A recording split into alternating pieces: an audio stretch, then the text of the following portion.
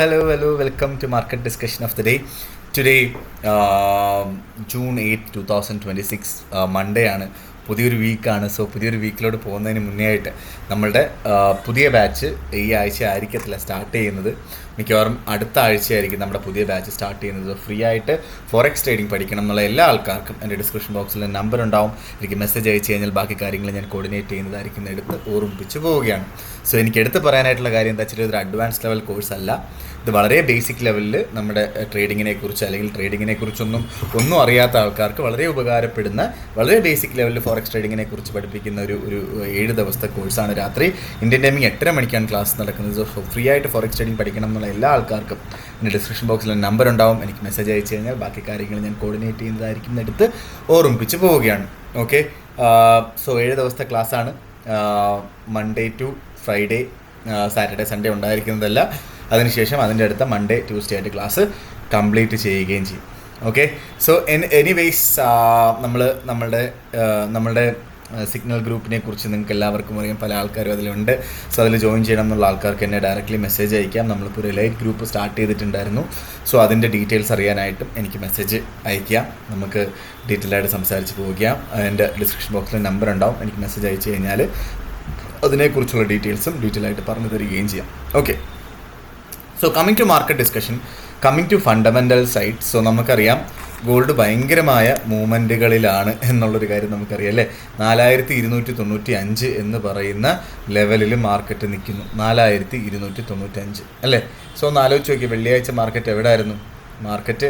മാർക്കറ്റൊക്കെ അങ്ങ് താഴെ പോയി ഭയങ്കരമായ ഒരു വീഴ്ചയൊക്കെ വെള്ളിയാഴ്ച വീണു. 4460 നിന്ന് 4330 വെള്ളിയാഴ്ച വന്ന് അവിടെ നിന്ന് സ്റ്റേബിളായി. ഈ ഒരു ക്യാൻഡിൽ അല്ല ഇപ്പം നടന്നുകൊണ്ടിരിക്കുന്ന ഈ 10:30 മണിക്കുള്ള ക്യാൻഡിൽ 4288 വരെ മാർക്കറ്റിനെ കൊണ്ടുപോയിക്കൊണ്ടിരിക്കുകയാണ്. ഓക്കെ, സോ മാർക്കറ്റ് ഹൈലി വോളറ്റൈലാണ്. സോ ബേസിക്കലി ഇതിൻ്റെ റീസൺ അല്ലെങ്കിൽ നമ്മൾ വെള്ളിയാഴ്ചയെ മാറി നിൽക്കണം എന്ന് പറഞ്ഞത് എന്തുകൊണ്ടിട്ടാണ്? ഈ പറയുന്ന NFPയുടെ ഡേറ്റ വന്നതുകൊണ്ടിട്ടാണ്. സോ NFPയുടെ ഡേറ്റയുടെ ഇടയ്ക്ക് തന്നെ പല ആൾക്കാരും എന്നെ വിളിച്ച് ചോദിച്ചിട്ടുണ്ടായിരുന്നു, എന്താണ് മാർക്കറ്റിൻ്റെ അവസ്ഥ, എന്താണ് ചെയ്യേണ്ടത് എന്നുള്ള കാര്യം.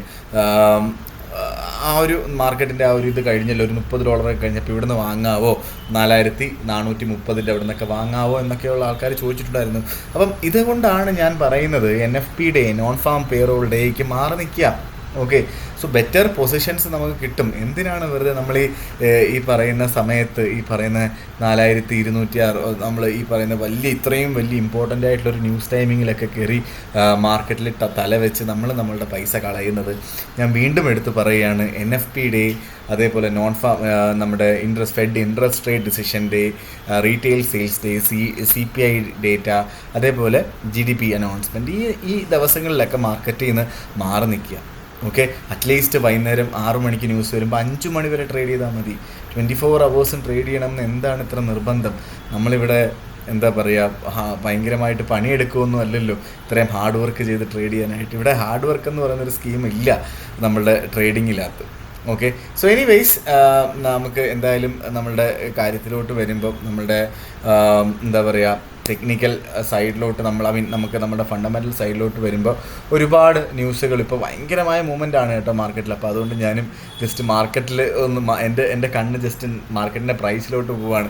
ഒറ്റയടിക്ക് തന്നെ ഇപ്പോൾ ഇത് കണ്ടോ, നമ്മളിപ്പോൾ സംസാരിച്ചുകൊണ്ടിരിക്കുന്നതിൻ്റെ ഇടയ്ക്ക് ഞാനൊരു കഴിഞ്ഞ 1 മിനിറ്റ് ക്യാൻഡിൽ എടുക്കാം. 1 മിനിറ്റ് ക്യാൻഡിൽ നിങ്ങൾ കണ്ടോ എത്ര ദൂരമാണ് 1 മിനിറ്റ് ക്യാൻഡിൽ. സോ 4311 ഞാൻ ഈ മാർക്കറ്റ് സ്റ്റാർട്ട് ചെയ്തപ്പോൾ. അത് ഒറ്റ മിനിറ്റിൽ 4302, $10, 100 പിപ്പ്, 301 ഒറ്റ മിനിറ്റിൽ 487. അതായത് ഒറ്റ മിനിറ്റിൽ $15 movement. Okay, $15 movement. So NFP non farm payroll ഡേയുടെ അടുത്ത ഒരു വർക്കിംഗ് ഡേയിൽ മാർക്കറ്റിൽ അന്നുണ്ടായ മാർക്കറ്റിനകത്ത് അഫക്റ്റഡ് ആവുന്നത് ഇമ്പാക്റ്റാണ് നിങ്ങൾ കണ്ടുകൊണ്ടിരിക്കുന്നത് ഇപ്പോൾ. ഓക്കെ, സോ ഇതാണ് ഞാൻ പറയുന്നത്. ഒരു കാരണവശാലും ഇങ്ങനത്തുള്ള ദിവസങ്ങളിൽ ട്രേഡ് ചെയ്യാതിരിക്കുക. ഈ മൂവ്മെൻറ്റിലങ്ങ് പോവാം, അല്ലെങ്കിൽ ഇവിടെ നിന്ന് ഒരു സെല്ലെടുക്കാം എന്നൊന്നും ചിന്തിച്ച് കളയല്ലേ. എനിക്ക് ആ മൂവ്മെൻറ്റ് പോയി എന്നൊന്നും ചിന്തിച്ച് കളയല്ലേ. ഒരിക്കലും ട്രേഡിങ്ങിനെ പറ്റി ഒരു പ്രത്യേകിച്ച് ഒരു വിവരവും ഇല്ലാത്ത ആൾക്കാരായിരിക്കും ഈ ഒരു മൂവ്മെൻറ്റ് എനിക്കങ്ങ് പോയി എന്നങ്ങ് പറയാനായിട്ട്. നമുക്കൊരു മൂവ്മെൻറ്റും പോയിട്ടില്ല. പ്രോപ്പറായിട്ട് ട്രേഡ് ചെയ്യുന്ന ആൾക്കാർക്ക് ഒരു മൂവ്മെൻറ്റും പോകത്തില്ല എന്നുള്ളൊരു കാര്യം മനസ്സിലാക്കുക. എല്ലാം നമുക്ക് കിട്ടും. ഓക്കെ, സോ ഇമോഷണലി നമുക്ക് ആ ഓപ്പർച്യൂണിറ്റി പോയി എന്ന് ചിന്തിക്കല്ലേ ഒരിക്കലും. ഓക്കെ, സോ മാർക്കറ്റ് ഒരു ബലൂണായിരുന്നു നമ്മളുടെ ഗോൾഡിൻ്റെ മാർക്കറ്റ്. ആ ബലൂൺ ഒന്ന് പൊട്ടി പോയിക്കൊണ്ടിരിക്കുന്നു. അറിയത്തില്ല എങ്ങോട്ട് പോകും എന്നുള്ളൊരു കാര്യം നമുക്ക് കണ്ടറിയാം. സോ ഓക്കെ, സോ എനിവേയ്സ് ഞാൻ ആക്ച്വലി മാർക്കറ്റിൻ്റെ റേഞ്ചും കാര്യങ്ങളും ഒക്കെ വേറെയായിരുന്നു ഞാൻ കാൽക്കുലേറ്റ് ചെയ്തത്. സോ നോക്കട്ടെ മാർക്കറ്റ് ഇപ്പം സ്റ്റേബിൾ ആവുമോ ഇല്ലയോ എന്നുള്ളൊരു കാര്യം നോക്കാം. ഓക്കെ, സോ എനിവേയ്സ് നമുക്ക് നേരെ നമ്മളുടെ ഫണ്ടമെൻ്റൽ സൈഡിലോട്ട് പോവാം. സോ ഫണ്ടമെൻ്റലി നമുക്ക് NFP ഡേറ്റ തിങ്കളാഴ്ച വന്നിട്ടുണ്ടായിരുന്നു. ഓക്കെ, വെള്ളിയാഴ്ച വന്നിട്ടുണ്ടായിരുന്നു. സോ നമുക്ക് ആ ഡേറ്റയിലോട്ട് ഫസ്റ്റ് ഓഫ് ഓൾ പോവാം. ഡേറ്റ വന്നപ്പോൾ ആക്ച്വലി നമുക്ക് എക്സ്പെക്റ്റ് ചെയ്തുകൊണ്ടിരുന്നത് 85,000 പേർക്ക് പുതിയതായിട്ട് ജോലി കിട്ടും എന്നുള്ളതായിരുന്നു.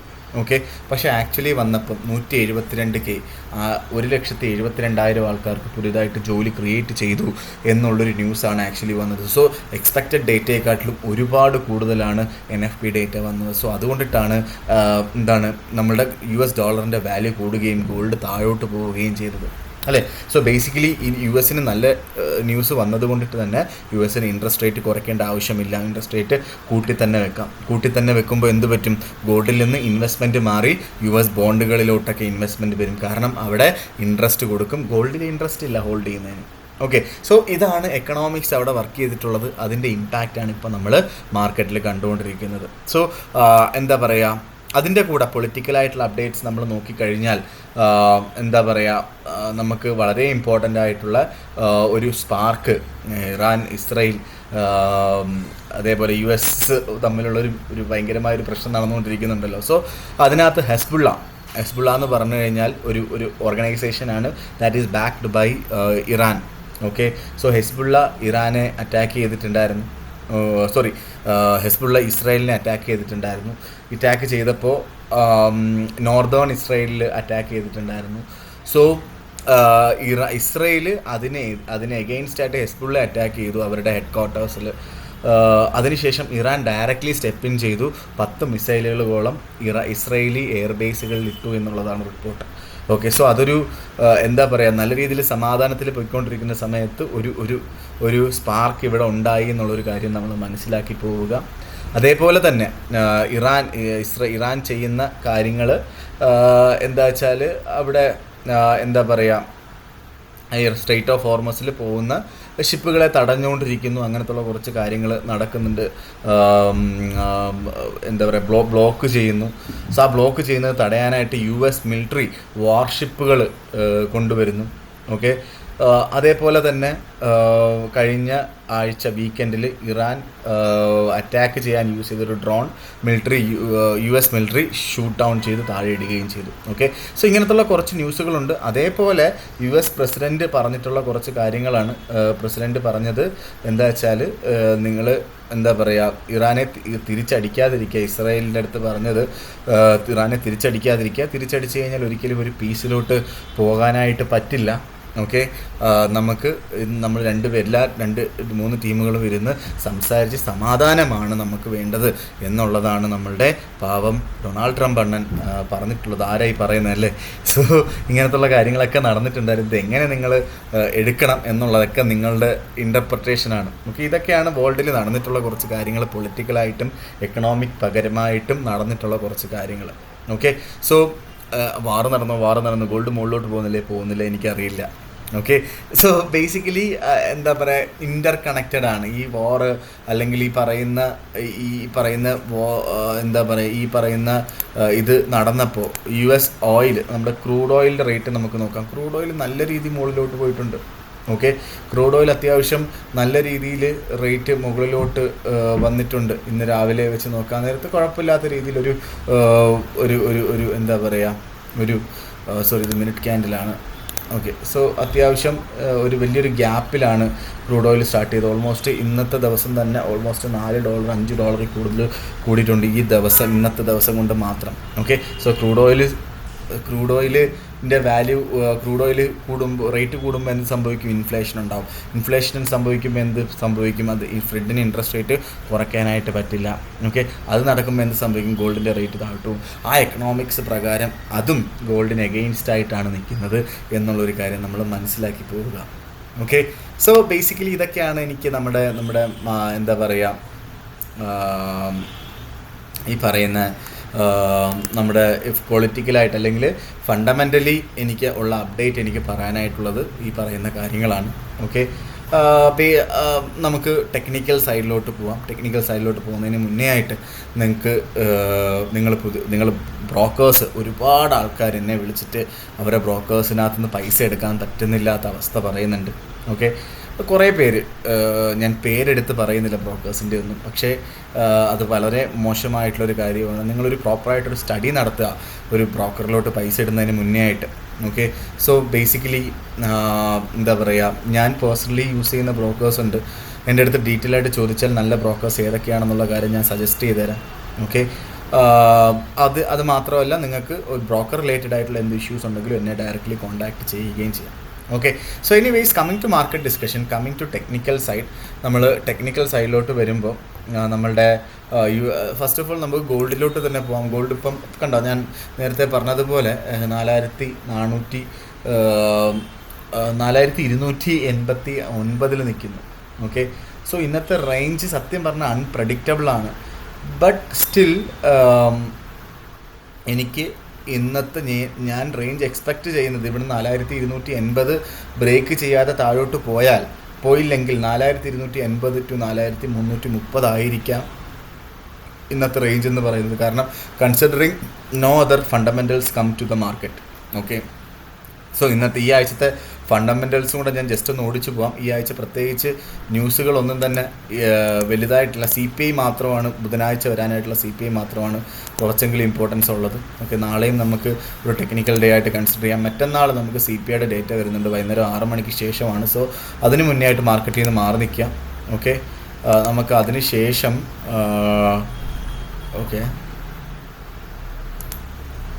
അതിനുശേഷം വ്യാഴാഴ്ച നമുക്ക് കോർ PPIയുടെ ന്യൂസ് വരുന്നുണ്ട്. ECB പ്രസിഡൻറ്റ് ലഗാർഡിൻ്റെ സ്പീച്ച് ഉണ്ട്. ഓക്കെ, അതേപോലെ തന്നെ വെള്ളിയാഴ്ച നമ്മൾ നോക്കുകയാണെങ്കിൽ GBP അനൗൺസ്മെൻ്റ് ഉണ്ട്. ഓക്കെ, സോ GBPയിൽ ട്രേഡ് ചെയ്യുന്ന ആൾക്കാരൊന്ന് ശ്രദ്ധിക്കുക. 7 മണിക്ക് CB ലീഡിങ് ഇൻഡെക്സിൻ്റെ ന്യൂസ് വരുന്നുണ്ട്. ഓക്കെ, അങ്ങനെ വളരെ കുറച്ച് ന്യൂസുകളാണുള്ളത്. ഓക്കെ, സോ എന്നിരുന്നാലും ബുധനാഴ്ച വൈകുന്നേരം 7 മണിക്ക് മുന്നേ ആയിട്ട് മാറി നിൽക്കാനായിട്ട് 6 മണിക്ക് മുന്നേ ആയിട്ട് മാറി നിൽക്കാനായിട്ട് ശ്രമിക്കുക. Okay, so coming to market discussion, coming to technical side again, നമുക്ക് നമ്മളുടെ ഗോൾഡിലോട്ട് പോവാം. ഗോൾഡ് ഞാൻ പറഞ്ഞല്ലോ 4280 to 4330 ഇന്നത്തെ റേഞ്ച് എക്സ്പെക്റ്റഡ്. ഓക്കെ, സോ ഞാൻ ബൈ ചെയ്യാനായിട്ട് ഒരിക്കലും പറയത്തില്ല. 4330 അവിടെ 30-35 റേഞ്ചിൽ കിട്ടിയാൽ അവിടുന്ന് സെല്ല് ചെയ്തുകൊണ്ട് സ്റ്റാർട്ട് ചെയ്യുന്നതായിരിക്കും ഏറ്റവും ഉചിതമായിട്ടുള്ളൊരു സെൽ എൻട്രി എന്ന് പറയുന്നത്. 4352 മുകളിൽ സ്റ്റോപ്പ് ലോസ് വെക്കണം. അത് നിർബന്ധമായിട്ടും പാലിച്ച് പോവുകയും ചെയ്യണം. ഓക്കെ, സോ അതാണ് എനിക്ക് ഗോൾഡിൽ പറയാനായിട്ടുള്ളത്. ബൈയിലോട്ട് നിൽക്കാതിരിക്കുന്നതാണ് നല്ലത്. ട്രെൻഡിന് എഗെയിൻസ്റ്റ് ആയിട്ട് നിൽക്കേണ്ടി വരും. GBP USD 1.3335. നമുക്ക് ഇന്ന് ഒരു ബെയറിഷാണ് മാർക്കറ്റ് മൊത്തത്തിൽ. എൻട്രി എന്ന് പറയുന്നത് 1.3360 അടുത്ത് നമുക്ക് സെൽ എൻട്രി എടുത്ത് സ്റ്റാർട്ട് ചെയ്യാം. ഓക്കെ, സ്റ്റോപ്പ് ലോസ് നമുക്ക് 1.3410 മുകളിൽ, ടേക്ക് പ്രോഫിറ്റ് 1.3300 റേഞ്ചിലൊക്കെ നമുക്ക് TP കൊടുത്ത് പോവുകയും ചെയ്യാം. ഓക്കെ, സോ നേരെ നമ്മൾ USDയിലോട്ട് വരുമ്പോൾ യൂറോ 1.1525 നിൽക്കുന്നു. So basically market down trend തന്നെയാണ്. എന്താ പറയുക, നമുക്കൊരു എൻട്രി സ്ഥലം എന്ന് പറയുന്നത് 1.1550 1.1560 റേഞ്ചിൽ എൻട്രി ചെയ്യാവുന്നതാണ്. ഓക്കെ, സ്റ്റോപ്പ് ലോസ് നമുക്ക് 1.1595 മുകളിൽ, ടേക്ക് പ്രോഫിറ്റ് നമുക്ക് 1.1500 ആ റേഞ്ചിൽ നമുക്ക് ടേക്ക് പ്രോഫിറ്റ് വെച്ച് പോവുകയും ചെയ്യാം. ഓക്കെ, സോ നേരെ നമ്മുടെ USD JPYയിലോട്ട് വരാം. 160.29 നിൽക്കുന്നു. നമുക്കറിയാം 160 എന്ന് പറയുന്ന ഒരു ഹൈലി ഡേഞ്ചറസ് സോണാണ്. ജപ്പാൻ, ബാങ്ക് ഓഫ് ജപ്പാനൊക്കെ ഇൻ്റർഫറൻസ് ചെയ്യുന്ന ടൈമാണിത്. ഓക്കെ, സോ 160 മുകളിലായിട്ട് ബേസിക്കലി തിങ്കളാഴ്ച എല്ലാം ഭയങ്കരമായ ഒരു 100 പിപ്പൊക്കെ ഓടിയപ്പോഴും USD JPY ഒരു 20 പിപ്പ് 30 പിപ്പ് മാക്സിമം ഓടിയിട്ടുള്ളൂ. ഓക്കെ, സോ കാരണം അത് ഓവർ ബോട്ടാണ് എന്നുള്ളൊരു കാര്യമാണ് നമ്മൾ മനസ്സിലാക്കിയിരിക്കുന്നത്. അപ്പോൾ എനിവേയ്സ് നമുക്ക് USD JPYയിൽ എനിക്ക് പറയാനായിട്ടുള്ളത് ഇവിടുന്ന് ബൈ ചെയ്യാതിരിക്കുക എന്നുള്ളതാണ്. ഓക്കെ, സെല്ലിലോട്ട് പോകുന്നുണ്ട്, തെറ്റില്ലാത്ത കാര്യമാണ്. 160 താഴെയായിട്ട് മാർക്കറ്റ് സസ്റ്റെയിൻ ചെയ്യുമ്പോഴാണ് ആക്ച്വലി നമുക്കൊരു പ്രോപ്പർ ടെക്നിക്കൽ സെല്ലുള്ളത്. ഓക്കെ, പക്ഷേ ഞാനൊക്കെ ചെറിയ ലോട്ടുകൾ സെല്ല് ചെയ്യാൻ ഓൾറെഡി സ്റ്റാർട്ട് ചെയ്തു. ചെറിയ ലോട്ടാണ് കേട്ടോ. ഓക്കെ, സോ ആ ഒരു രീതിയിൽ വേണമെങ്കിലും നിങ്ങൾക്ക് പ്ലാൻ ചെയ്ത് പോവുകയും ചെയ്യാം. ഓക്കെ, എനിവേയ്സ് ഇതൊക്കെയാണ് എനിക്ക് ആക്ച്വലി മാർക്കറ്റ് ഡിസ്കഷനിൽ പറഞ്ഞു പോകാനായിട്ടുള്ള കാര്യങ്ങൾ. നമുക്ക് എന്താ പറയുക, നമുക്ക് ബേസിക്കലി അതായത് ബാങ്ക് ഓഫ് ജപ്പാൻ ഇൻ്റർവെൻഷനൊന്നും ഇല്ല, പെയ്യാണ് മാർക്കറ്റ് പോകുന്നതെന്നുണ്ടെങ്കിൽ നമുക്ക് 158 ലെവലിൽ 159 ലെവലിൽ നിന്നൊക്കെ നമുക്ക് USD JPY വാങ്ങാം. നമുക്ക് പക്ഷേ അത് ആ സാഹചര്യം അനുസരിച്ചിട്ടാണ്. പക്ഷേ 160 ഇവിടെ വന്നിട്ട് വാങ്ങാനായിട്ട് പറയാനായിട്ട് എനിക്ക് മടിയുണ്ട്. കാരണം സെല്ല് ചെയ്തുകൊണ്ട് സ്റ്റാർട്ട് ചെയ്യുന്ന ട്രെൻഡിന് അഗെയിൻസ്റ്റാണ്. പക്ഷേ ഓൾ ടൈം ഹൈ ആണ് 162. സോ അവിടുന്ന് മുന്നേ ആയിട്ട് ഇവിടുന്ന് താഴോട്ട് പോകാനായിട്ടുള്ള പോസിബിലിറ്റി വളരെ കൂടുതലായതുകൊണ്ടാണ് ഞാൻ പറയുന്നത്. ഓക്കെ, സോ ഇതൊക്കെയാണ് എനിക്ക് ഇന്നത്തെ ദിവസം മാർക്കറ്റ് ഡിസ്കഷനിൽ പറഞ്ഞു പോകാനായിട്ടുള്ള കാര്യങ്ങൾ. ഉറപ്പായിട്ടും നമുക്ക് മാർക്കറ്റ് ഡിസ്കഷനായിട്ട് നമ്മൾ നാളെ കാണുന്നത് വരെ എല്ലാവർക്കും ഗുഡ് ബൈ.